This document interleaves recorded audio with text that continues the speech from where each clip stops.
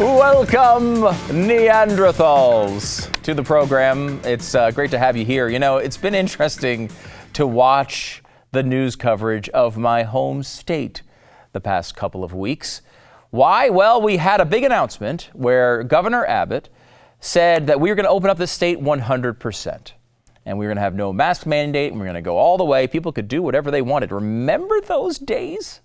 Yes, at one time in our society, people could just open up businesses and let people in, and they could eat where they wanted to, inside or outside. In fact, given the opportunity, a lot of people chose outside. I don't know if that's going to be the case anymore now that everything's open inside and it's opening up around the country. At the time this was made, this was sort of broken into two different groups. You had the left saying this was going to be a complete and utter catastrophe. This was very dangerous sort of approach, considering the ongoing pandemic. And then you had the right saying, well, let's wait a little while and we'll see. We'll see if these lockdowns work because we're going to be open 100%. I want to take you back to Joe Biden talking about the announcement from Governor Abbott. How do you do the question? Message to Texas and Mississippi. Texas and Mississippi. Texas, I think it's a big mistake. Look, I hope everybody's realized by now, these masks make a difference. We are on the cusp of being able to fundamentally change the nature of this disease because of the way in which we're able to get vaccines in people's arms. We've been able to move that all the way up to the end of May to have enough for every American, to get every adult American to get a shot. And the last thing we need is the Neanderthal thinking that in the meantime, everything's fine, take off your mask, forget it. It still matters. Still matters, everybody. That was kind of the pitch from Joe Biden. Neanderthal thinkers in Texas were loosening up these restrictions too fast. Governor Gavin Newsom, who's in the middle of being recalled, decided he wanted to try to please his base by tweeting the following. He said, it's absolutely reckless. On that note, by the way, before we get into any more today, let me remind you, we have these mugs available now. Anyone else for governor? Kind of initially designed for the Gavin Newsom recall that's coming up. But honestly, any crappy governor you have. Are you in New York? Are you in Pennsylvania? Are you in Michigan? First of all, I'm sorry about that. But secondly, get one of these mugs. StudosMerch.com. I think you'll enjoy it. Everyone in your office certainly will. And they'll hopefully be back there because that's what's going to happen, at least here in Texas. People are back at offices. People are back in restaurants.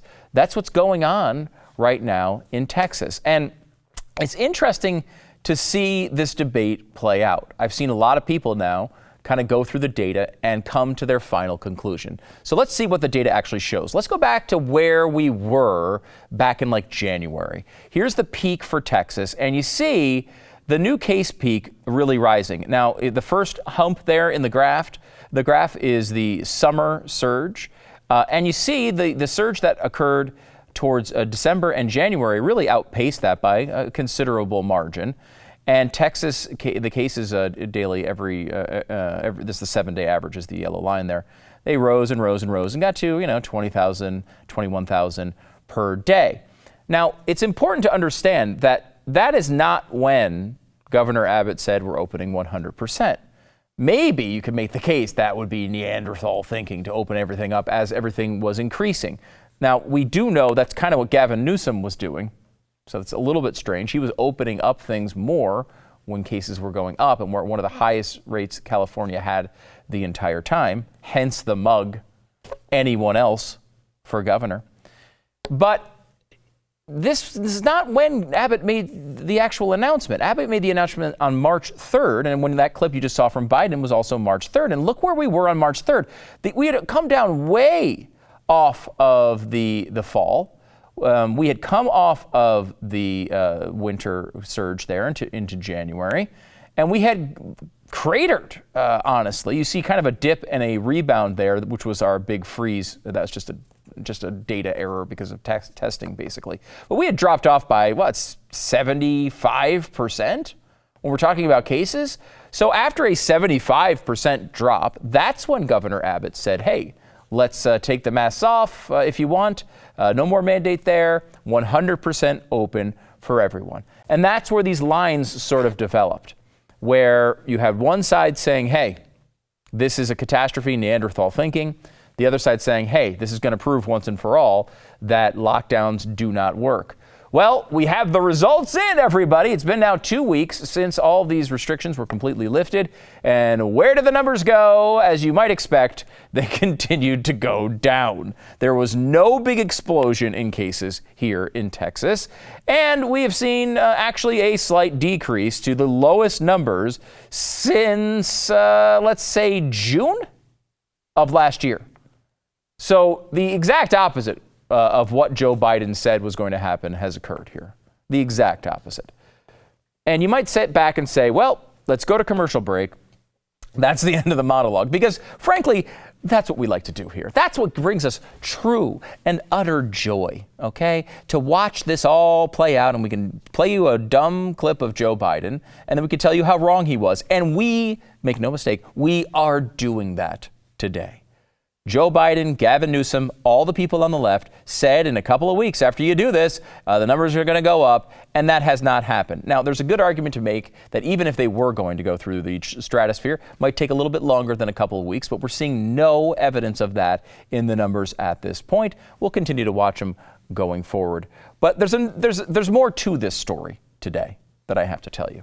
The other side of the argument says, hey, here's a sign that shows lockdowns do not work.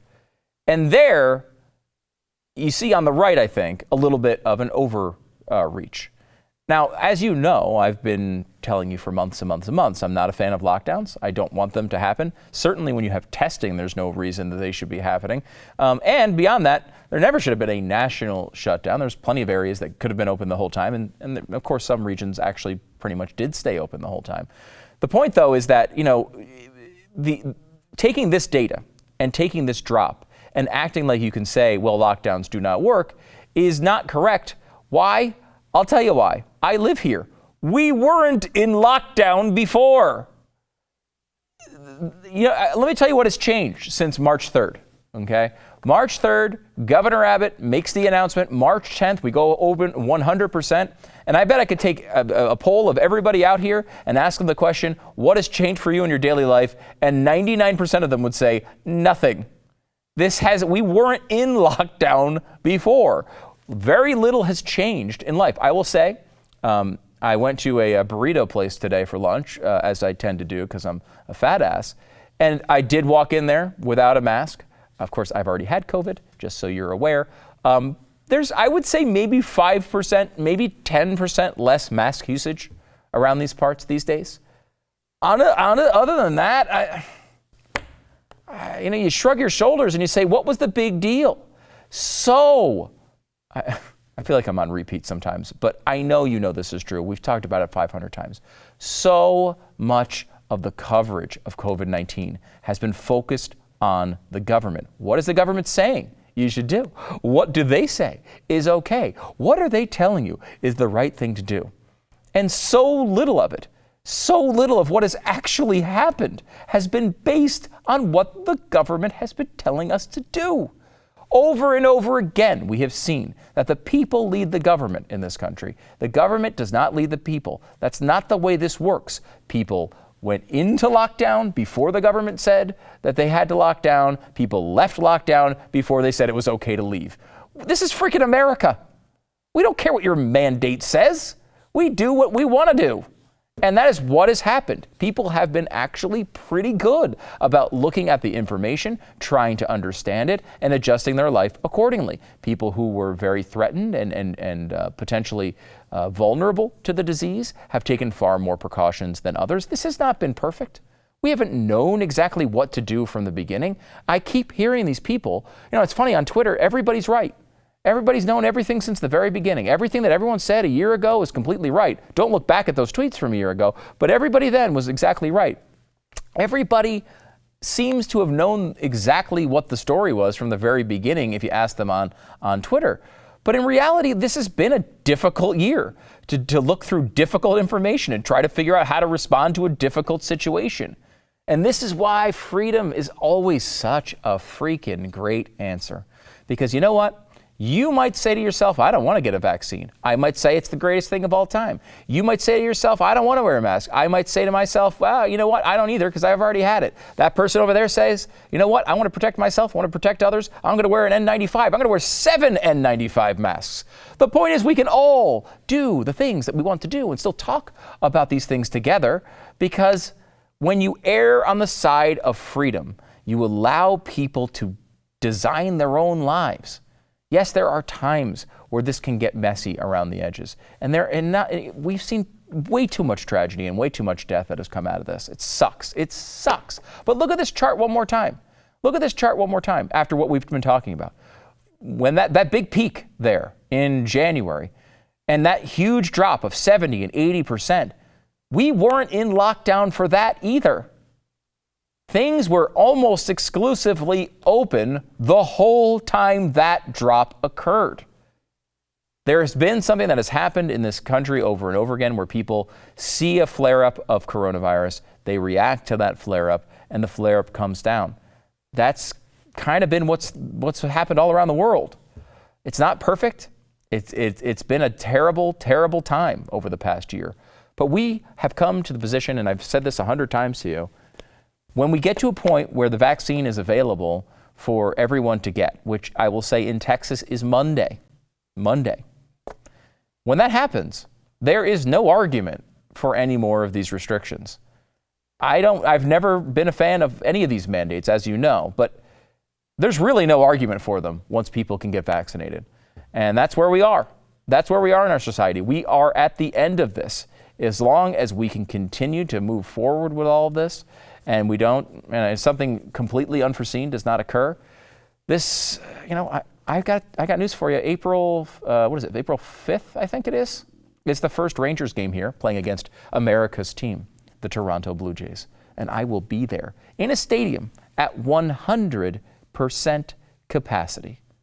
God bless America, and God bless the Toronto Blue Jays.